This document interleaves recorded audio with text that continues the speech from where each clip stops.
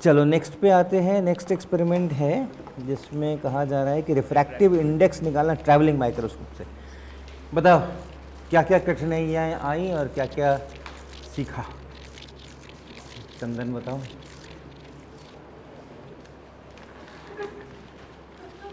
तो इसका real depth और ब्रेन डेप्थ में सौ डस्ट में उसका दिख नहीं रहा था अच्छा से। अच्छा।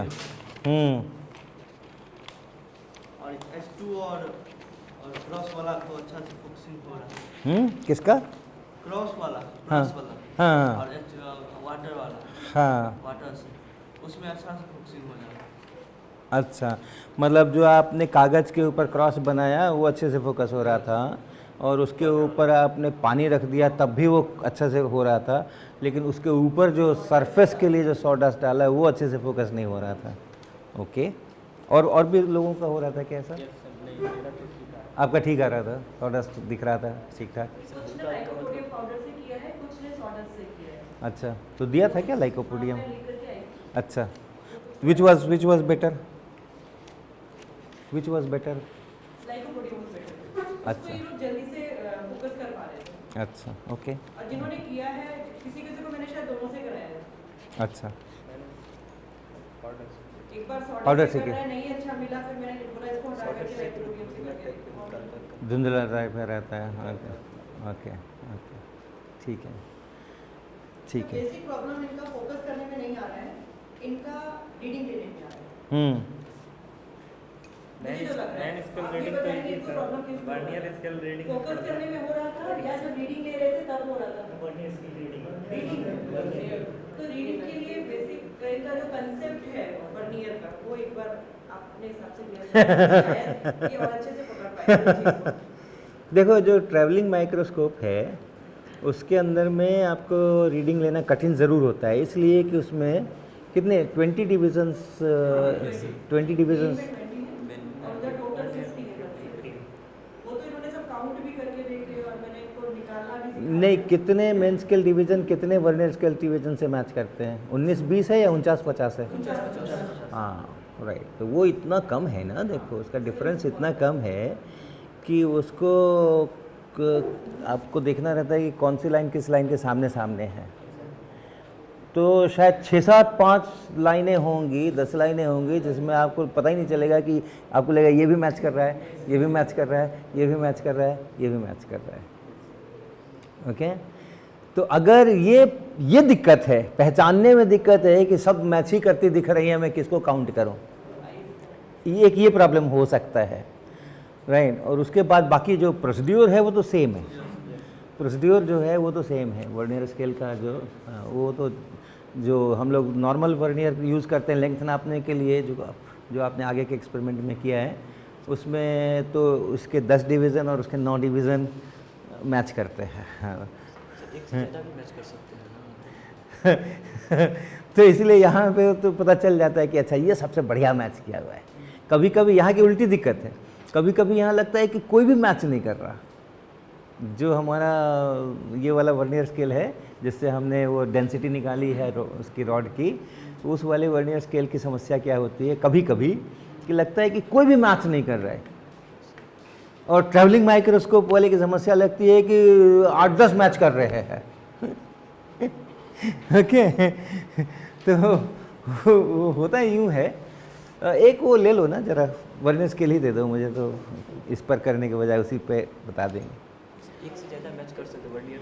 नहीं, एक से ज़्यादा मैच नहीं करता कभी भी, एक से ज़्यादा कभी भी मैच नहीं करता है, लेकिन जो एक ने तो पक्का मैच किया। अब उसके बगल वाली जो लाइनें हैं दोनों, उसमें थोड़ा फ़र्क होगा। वो कितना फ़र्क होगा, दैट फ़र्क इज़ लीस्ट काउंट। कैसे पढ़ते हैं लीस्ट काउंट? लीस्ट काउंट कैसे डिफाइन करते हैं?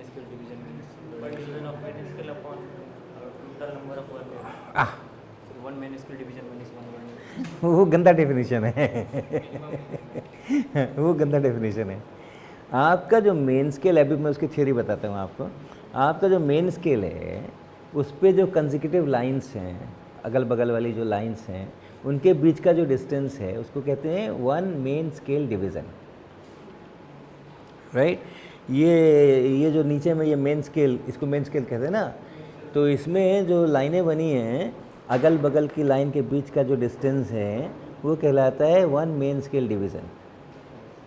और ये जो वर्नियर का स्केल है यहाँ पे जो बना रहता है, इस पर जो खिसकने वाला ये पार्ट है, उस खिसकने वाले पार्ट पर बना रहता है ना, ये यहाँ पे बना रहता है जिसको खिसकाते हैं।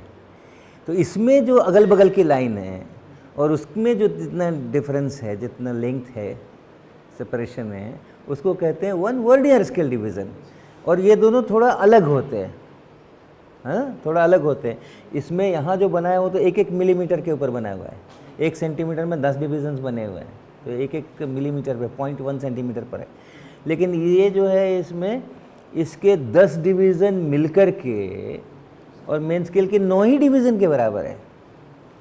तो 1-1 डिवीज़न जो इसका है वो छोटा हो गया ना, थोड़ा उसके बजाय थोड़ा छोटा हो गया, क्योंकि ये 9 मिलीमीटर में 10 डिवीज़न हो गए, वहाँ 9 मिलीमीटर में 9 डिवीजन होते हैं। वो जो डिफरेंस है दोनों का, that is least count, that is called least count. ठीक है, तो एक तो आप ये ध्यान रखें, वो टोटल नंबर वगैरह से भाग 100 से भाग दे दो, 10 से भाग दे दो, उसका कोई सेंस नहीं आएगा। वो आ जाएगा, वैल्यूज़ उतना ही आ जाएगा, लेकिन उसका एक फिज़िकल इंटरप्रिटेशन नहीं निकलेगा। तो ये जो दोनों के लेंथ्स में डिफरेंस है, that is called least count, जो आप पहले ही से कैलकुलेट करके रखते हो। तो क्या है कि मान लो कि हमने इसको कहीं पे खिसका दिया, कहीं पे खिसका दिया, तो इसका ज़ीरो जो है, इसका जो पहला शुरू वाला लाइन है जिसको ज़ीरो लाइन कहते हैं, वो 2 के बीच में पड़ गया, मेन स्केल में 2 के बीच में पड़ गया। ठीक है, तो अगर हमारा इस प्रकार का सिचुएशन आ गया है और हमने यहाँ पर ये हमारा ये ज़ीरो है वर्नियर स्केल का, और फिर यहाँ पे हमारे 1 2 3 4 5 6 7 8 9 10 ऐसे लाइन बने हुए हैं वर्नियर स्केल के, और ये हमारा मेन स्केल में एक डिवीज़न यहाँ है और अगला डिवीज़न यहाँ कहीं पर है, ऐसे ऐसे है, ऐसे ऐसे है। तो ये इसको तो हमने पढ़ लिया सबसे पहले कि इतना तो है ही, इसके अलावा इतना और है।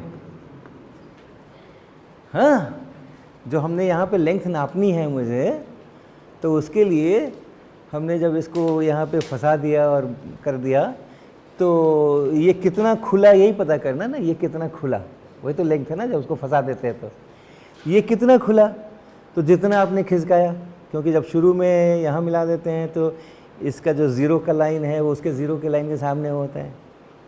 तो अब यहाँ से हमने खिसकाया और इसका ज़ीरो लाइन 5.6 और 5.7 के बीच में चला गया, तो 5.6 तो है ही। अब उसके बाद जो जरा सा है उसी को नापना है, राइट। तो क्या होगा कि यहाँ पे ये ज़रा सा है, इतना डिफरेंस है, लेकिन इसके डिविजन्स छोटे हैं और इसके डिविजन्स बड़े हैं।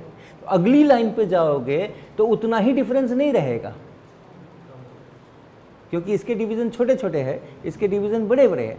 अगर एक ही जितने डिवीज़न रहते तो जो यहाँ डिफरेंस है वही यहाँ डिफरेंस होता, लेकिन इसके छोटे हैं ना, ये थोड़ा इधर खिसका है, तो ये इससे जितना दूर है ये उससे कम उतना दूर रहेगा। ठीक है, तो यहाँ पर ये जो डिस्टेंस है और ये डिस्टेंस है, तो ये डिस्टेंस जो है वो ये कम है, ये वर्नियर स्केल में कम डिस्टेंस है और यहाँ पे ज़्यादा डिस्टेंस है। तो यहाँ जितना फ़र्क है यहाँ उतना ही फ़र्क नहीं है, ये थोड़ा इधर आ गया है तो फ़र्क घट गया, और आगे बढ़ो तो और घट गया, और आगे बढ़ो तो और घट गया, और आगे बढ़ो तो और घट गया, और कहीं पर जा कर के वो फ़र्क ज़ीरो हो गया और ये कहोगे कि हाँ ये लाइन इस लाइन के ठीक ठीक सामने आ गई।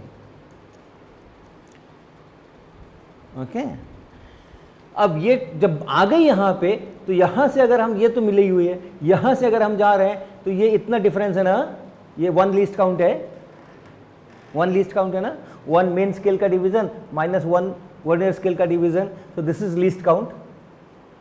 फिर आगे बढ़ोगे तो ये यहाँ आएगा तो डबल लीस्ट काउंट हो गया, 2 टाइम्स लीस्ट काउंट हो गया, यहाँ आए तो 3 टाइम्स लीस्ट काउंट हो गया, यहाँ आए तो 4 टाइम्स लीस्ट काउंट हो गया। तो इसलिए ये जो डिस्टेंस है, अगर ये 4th वाला मिलता है, 0 1 2 3 4th वाला मिलता है, तो this distance is 4 times least count.